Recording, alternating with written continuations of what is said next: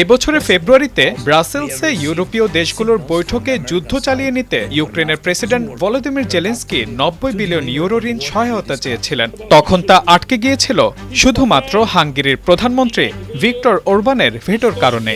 ইউক্রেনকে সহায়তা বা রাশিয়ার উপর নতুন নিষেধাজ্ঞা আরোপ, প্রতিটি ক্ষেত্রেই অরবান সরকার বাধা দেওয়ার ভূমিকা পালন করত। সরাসরি বললে ইউরোপীয় ইউনিয়নের অভ্যন্তরে কার্যত রাশিয়ার জন্য একটি ইনার ভয়েস হিসেবে সক্রিয় ছিলেন অরবান। হাঙ্গেরি রাশিয়ার তেল গ্যাসের একটি নির্ভরযোগ্য ক্রেতা হিসেবে দীর্ঘদিন ধরে ভূমিকা রেখে আসছে। অরবান সরকার সেই সম্পর্ক বজায় রাখতেও আগ্রহী ছিল। এদিকে ইউক্রেনকে ঋণ সহায়তায় ভেটো দেওয়ার মূল কারণও ছিল রাশিয়া থেকে মধ্য ইউরোপে যাওয়া ধ্বংসপ্রাপ্ত তেলের পাইপলাইন মেরামতে ভলোদিমির জেলেনস্কির অনাগ্রহ।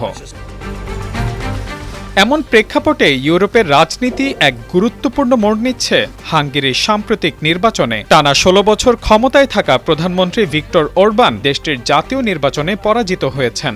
এতে কেবল একটি দেশের সরকার পরিবর্তনের ঘটনাই ঘটতে যাচ্ছে না, বরং রাশিয়ার প্রেসিডেন্ট ভ্লাদিমির পুতিনও হারাতে যাচ্ছেন শত্রুর ঘাঁটি থেকে তার একমাত্র মিত্রকে।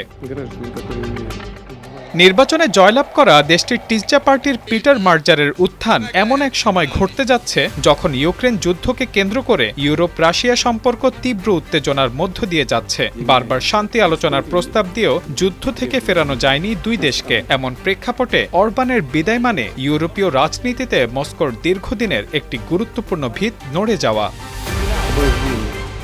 নতুন রাজনৈতিক বাস্তবতায় পুতিনের সামনে একটি জটিল সমীকরণ অপেক্ষা করছে। দেশটির নির্বাচনে সদ্য বিজয়ী পিটার মার্জারের নেতৃত্বে নতুন সরকার ক্ষমতায় এলে হাঙ্গেরি যদি ইউর মূলধারার সঙ্গে পুরোপুরি সঙ্গতি স্থাপন করে, তাহলে রাশিয়ার বিরুদ্ধে ইউরোপীয় ঐক্য আরও দৃঢ় হতে পারে। এতদিন যেসব নিষেধাজ্ঞা প্রক্রিয়া বিলম্বিত বা দুর্বল হয়ে পড়েছিল, সেগুলো দ্রুত কার্যকর হওয়ার সম্ভাবনা তৈরি হবে। এছাড়াও হাঙ্গেরি যদি বিকল্প জ্বালানি উৎসের দিকে ঝুঁকে পড়ে, তাহলে রাশিয়ার ইউরোপমুখী জ্বালানি বাজার আরও সংকুচিত হওয়ার ঝুঁকি তৈরি হবে, যার ফলে রাশিয়ার অর্থনীতি, বিশেষ করে ব্যাংকিং ও জ্বালানি খাত নতুন করে চাপে পড়তে পারে।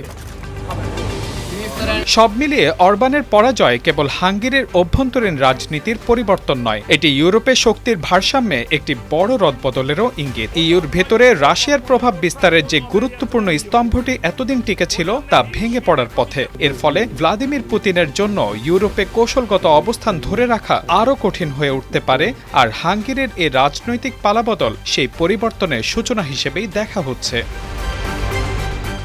Mahmudul Hasan, Times today.